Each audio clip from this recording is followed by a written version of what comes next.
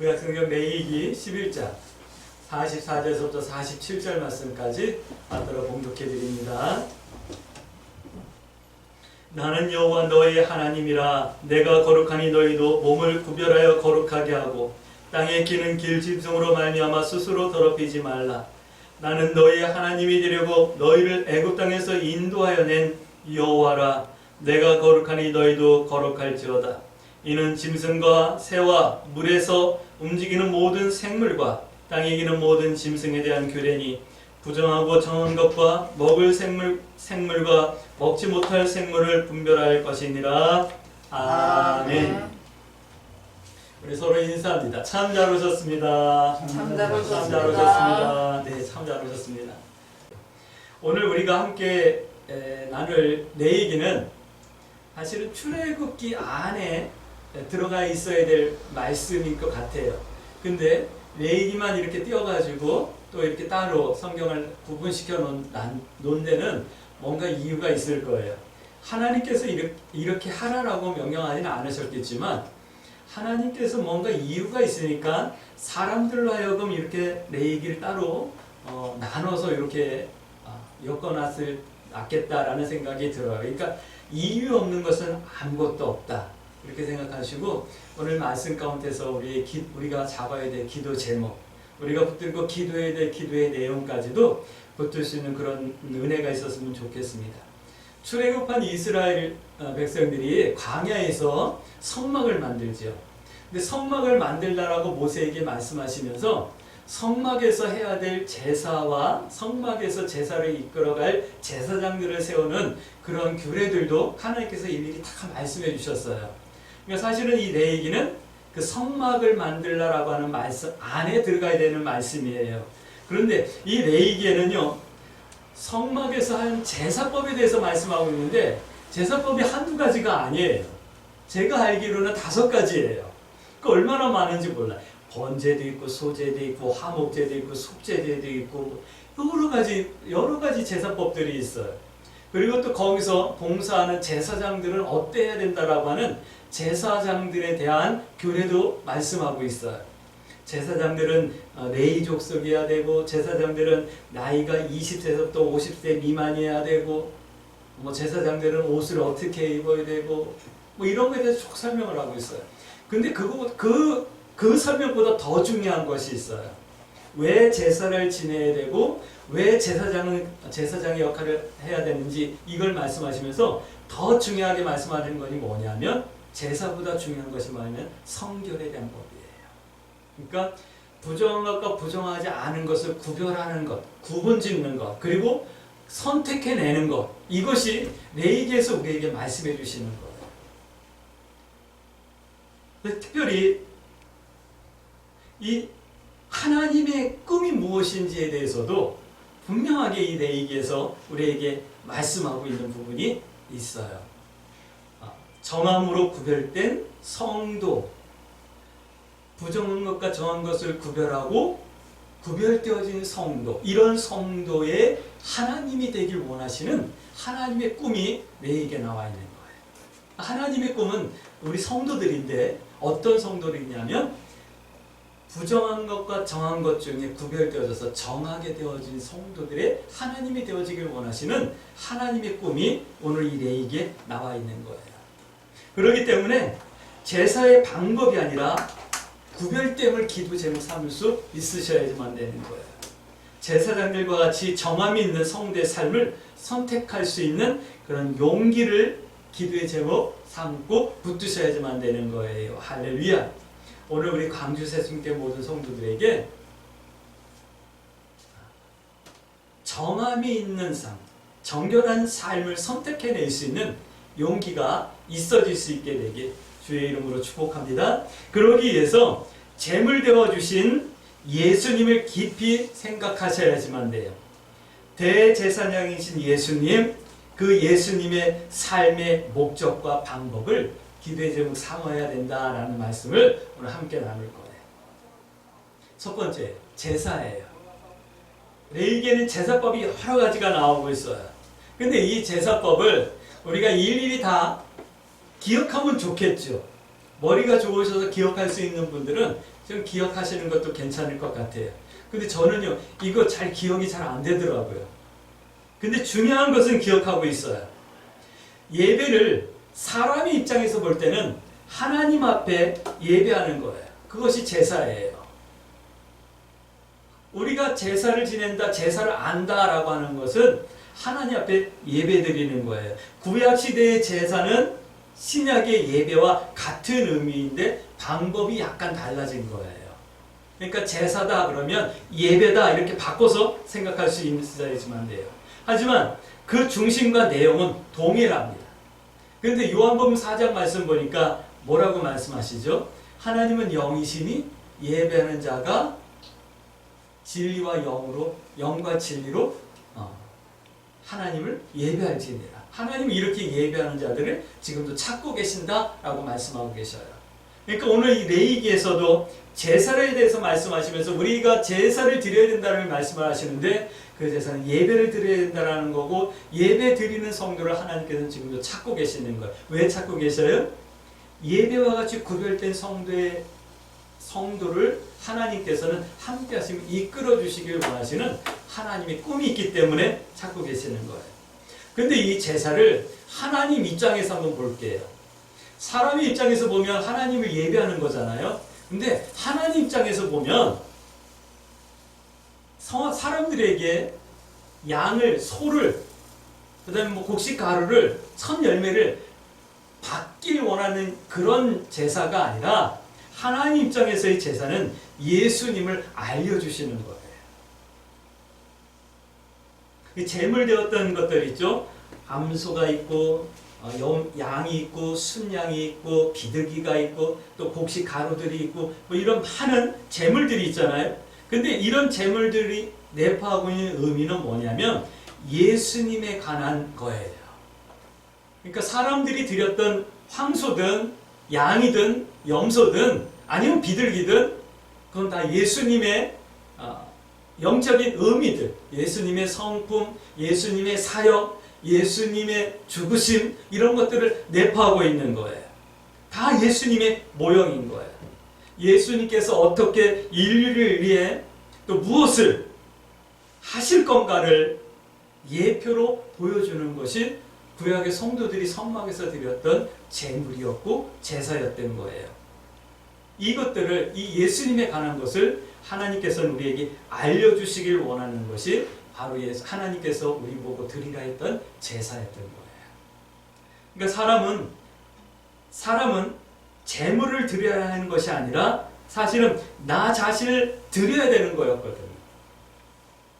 황소를 죽여서 드리는 것이 아니라 사실은 내가 그렇게 죽어서 드려져야 되는 거였거든요. 대신 황소를 드린 거였거든요.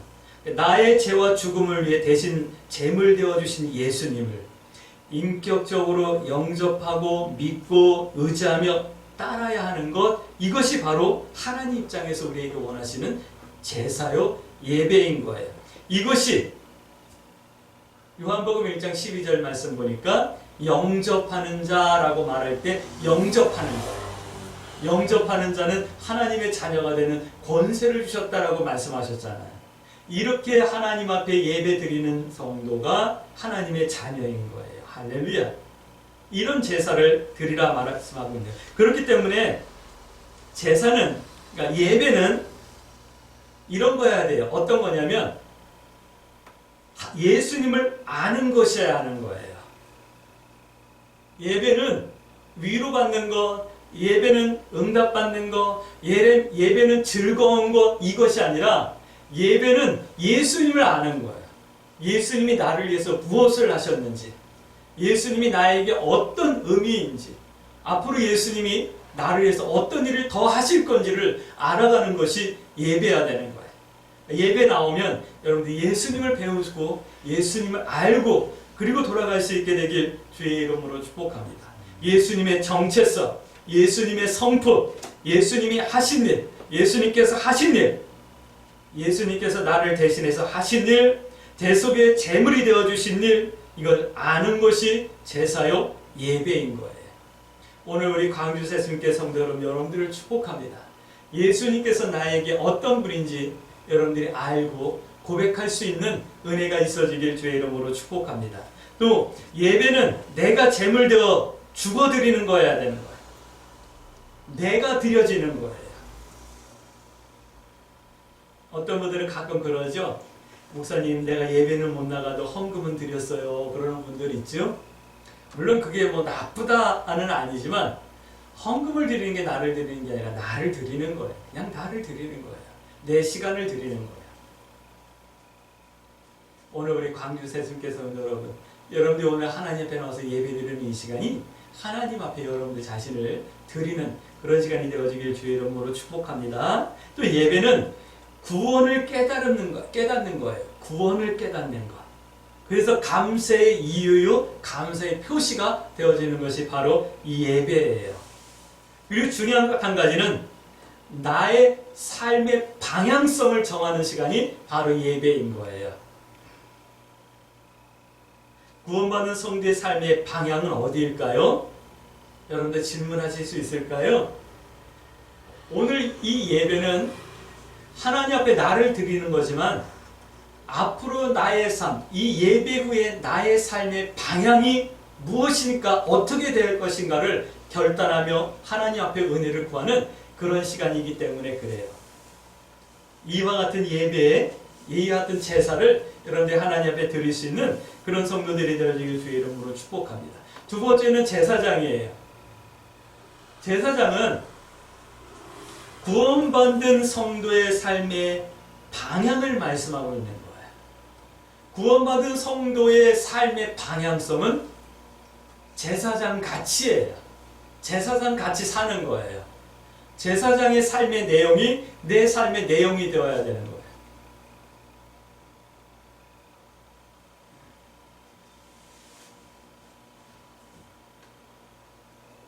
제사장은 이 직분이, 제사장이라고 하는 직분이 좋은 직분은 아니에요. 왜 그러냐면 제사장은요, 뭐 하얀 옷을 입고 거룩하게 뭐 구별되고 뭐 그래서 좋을 것 같고 그렇지만 사실은 안 그래요. 그 온몸에 늘 짐승의 피가 흥건히 묻어있는 그런 사람들이 바로 제사장이에요. 이 성경에 보면 양을 한 마리만 드리는 것이 아니라 막 사람들이 양을 끌고 오니까 수백 마리, 수천 마리를 제물로 드리는 때도 있었잖아요.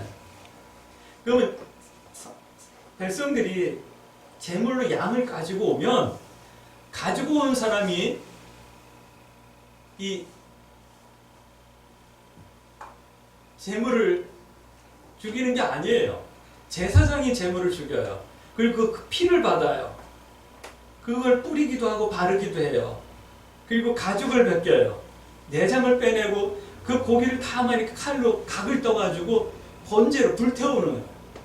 그러니까 늘 막 고기 타는 냄새, 막 짐승의 피, 그 성막 주변, 번제단 주변에는 그 짐승의 피가 흘러가는 하수 길이 있었을 거예요. 이 직업이 그렇게 좋은 직업은 아니에요. 근데 생각해 보세요. 짐승들이 죽을 때 그냥 가만히 얌전히 죽냐고요. 그 고통의 비명소리를 지를 것 아니에요. 우리나라에 가끔 그 구제염이라고 하는 병이 도는 거 여러분들 알고 계시죠? 그러면 소나 돼지나 이런 것들을 살처분해요. 포크레인으로 구덩이를 파고 살아있는 채로 갖다가 막 묻는 거예요.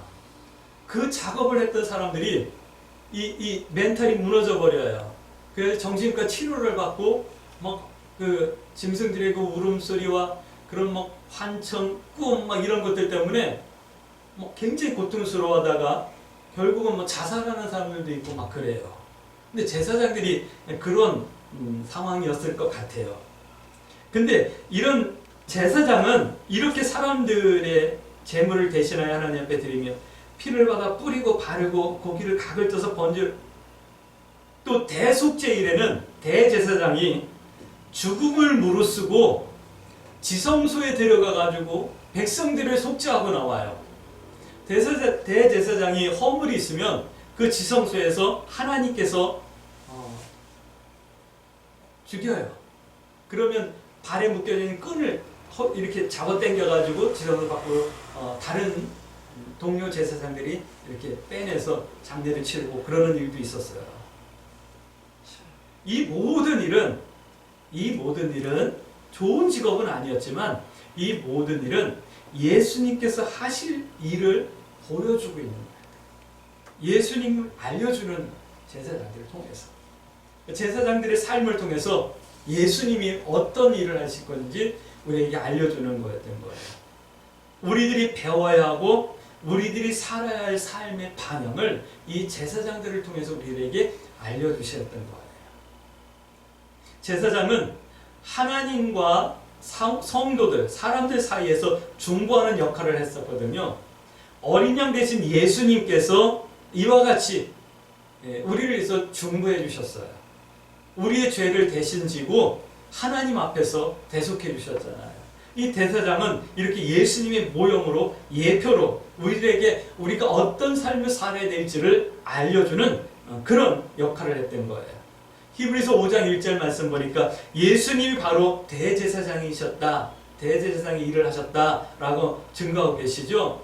근데 베드로전서 2장 9절 말씀 보니까 우리 성도들이 왕 같은 대제사장이다 라고 말씀하고, 이 말은 우리 성도들이 구약의 제사장의 역할을 해야 되는 거고 그와 같이 예수님의 삶의 모형을 배워서 살아야 된다, 이 말씀을 하는 거예요. 우리 성도들의 삶의 방향성이 이와 같이 대제사장 같이, 대제사장처럼 살아야 된다, 이 말씀을 하는 거예요.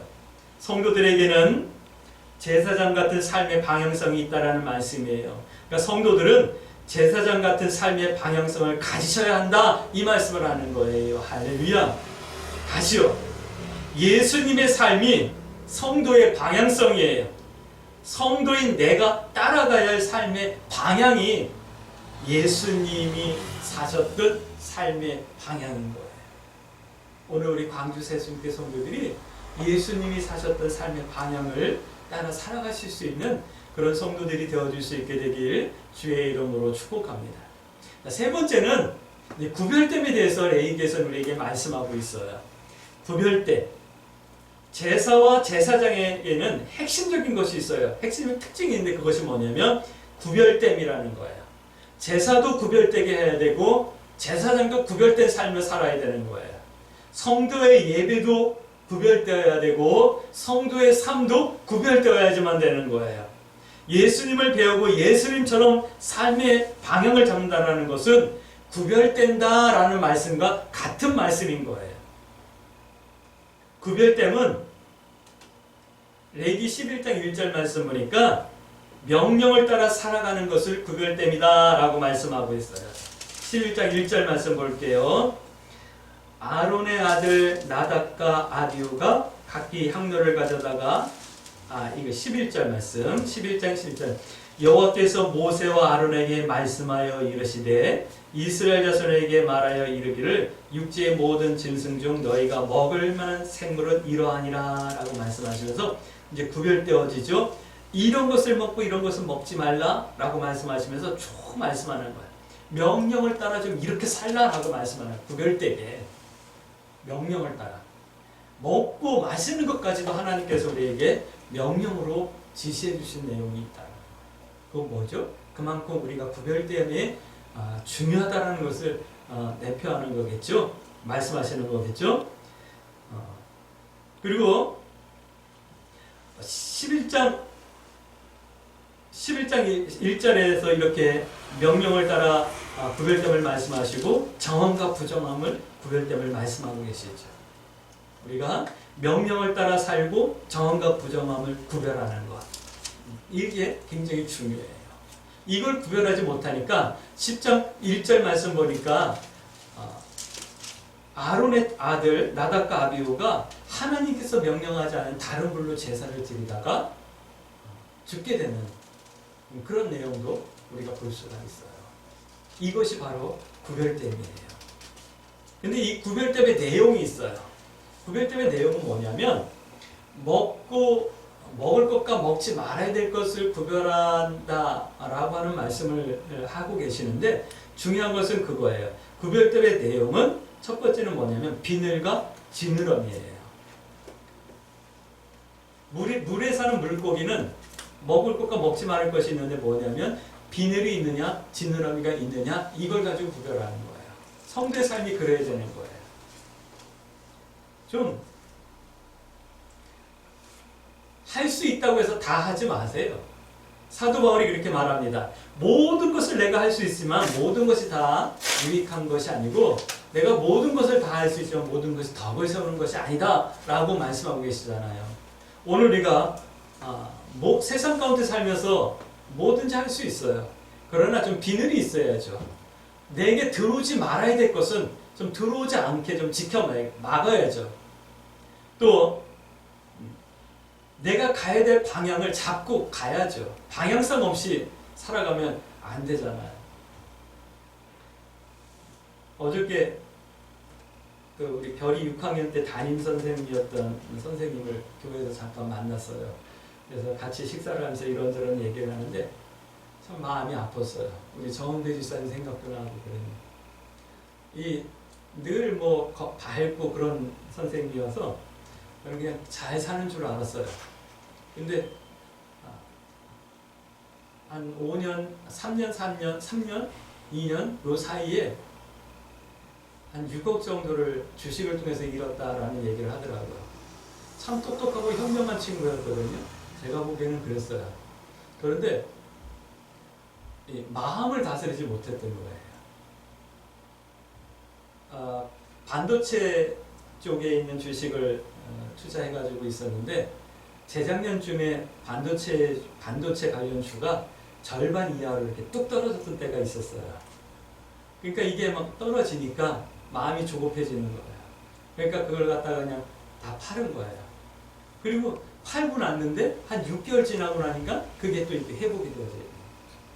마음을 잡지 못하는 거예요. 이건 투자를 한 사람들은 그 기업을 믿고 투자를 하는 거기 때문에 안 될 때도 있고 잘 될 때도 있는 거거든요. 그러면 마음을 다스리고 기다릴 줄 알아야 되는데 못 참았던 거예요. 그래 절반을 건졌는데 절반을 가지고 또 다른 걸 투자했는데 이번에는 정크스탁, 그러니까 불량 좀 좋지 않은 그 주식에 또 투자를 하는 거예요. 그러니까 이 회사가 상장 폐지가 될 거라고 하는 소문이 있는 그런 데다가 투자를 하는 건 투자가 아니라 투기죠. 상장 폐지한다 그러면 주식이 떨어지거든요. 근데 그게 상장이 안 되고 살아나면 주식 갑자기 뻥튀기가 되나 봐요. 그래가지고 거기 투자했는데 정말로 상장 폐지가 됐어요. 그러면 그게 이제 휴지 조각이 되잖아요.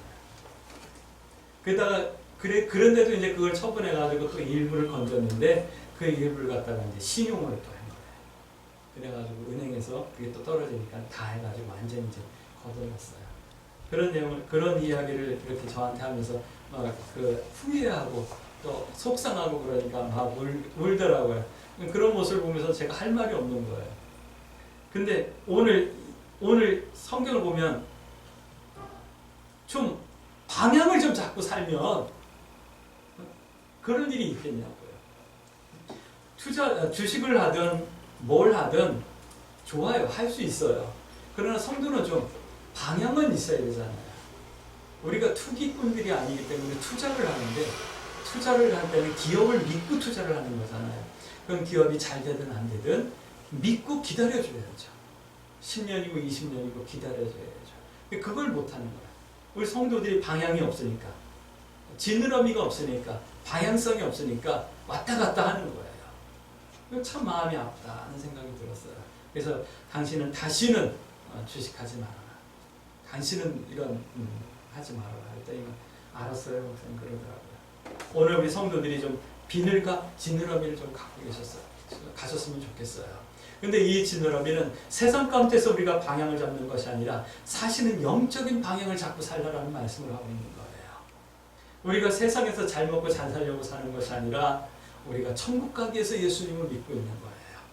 예수님께서 나를 대신해서 십자가를 지신 건 이 땅에서 주식이 뻥튀기 되어지고 코인 투자한 것이 잘 되어서 뭐 집을 사고 차를 사고 하는 것이 아니라 우리 영이 그것보다도 상상할 수 없을 만큼 더 좋은 천국의 꿈을 누리라고, 천국을 누리라고 우리 대신해서 십자가를 지셨다라는 것, 이것을 믿고 좀 영적인 방향성을 여러분들이 잡을 수 있게 되길 주의 이름으로 축복합니다. 신앙도 마찬가지예요. 신앙은 여러 가지를 표현할 수 있을 거예요. 근데 중심은 그거예요. 뭐죠? 예수님처럼이에요. 예수님이 가신 그 길. 오늘 말씀처럼 보면 제사장처럼 우리의 삶의 방향성이 바르게 잡혀져야 되는 거예요. 그 기도의 제목 삼으셔야죠. 하나님, 내가 이 세상 가운데서도 방향이 있는, 중심이 있는 삶을 살아가게 해주시고 세상과 세상의 것들이 내게 들어와서 나의 영과 마음을 더럽히지 않게 해주세요. 그리고 주님을 향해서 내 방향을 잡고 바르게 나갈 수 있는 은혜가 있어지게 해주세요라고 기도하셔야죠. 그리고 오늘 또 두 번째 말씀하는 건 뭐냐면 국가 대책임지를 말씀하고 있어요. 좀 구분하라라고 말씀하는 거예요. 우리가 있어야 될 자리와 우리가 잊지 말아야 될 자리를 좀 구별하라라고 말하는 거예요.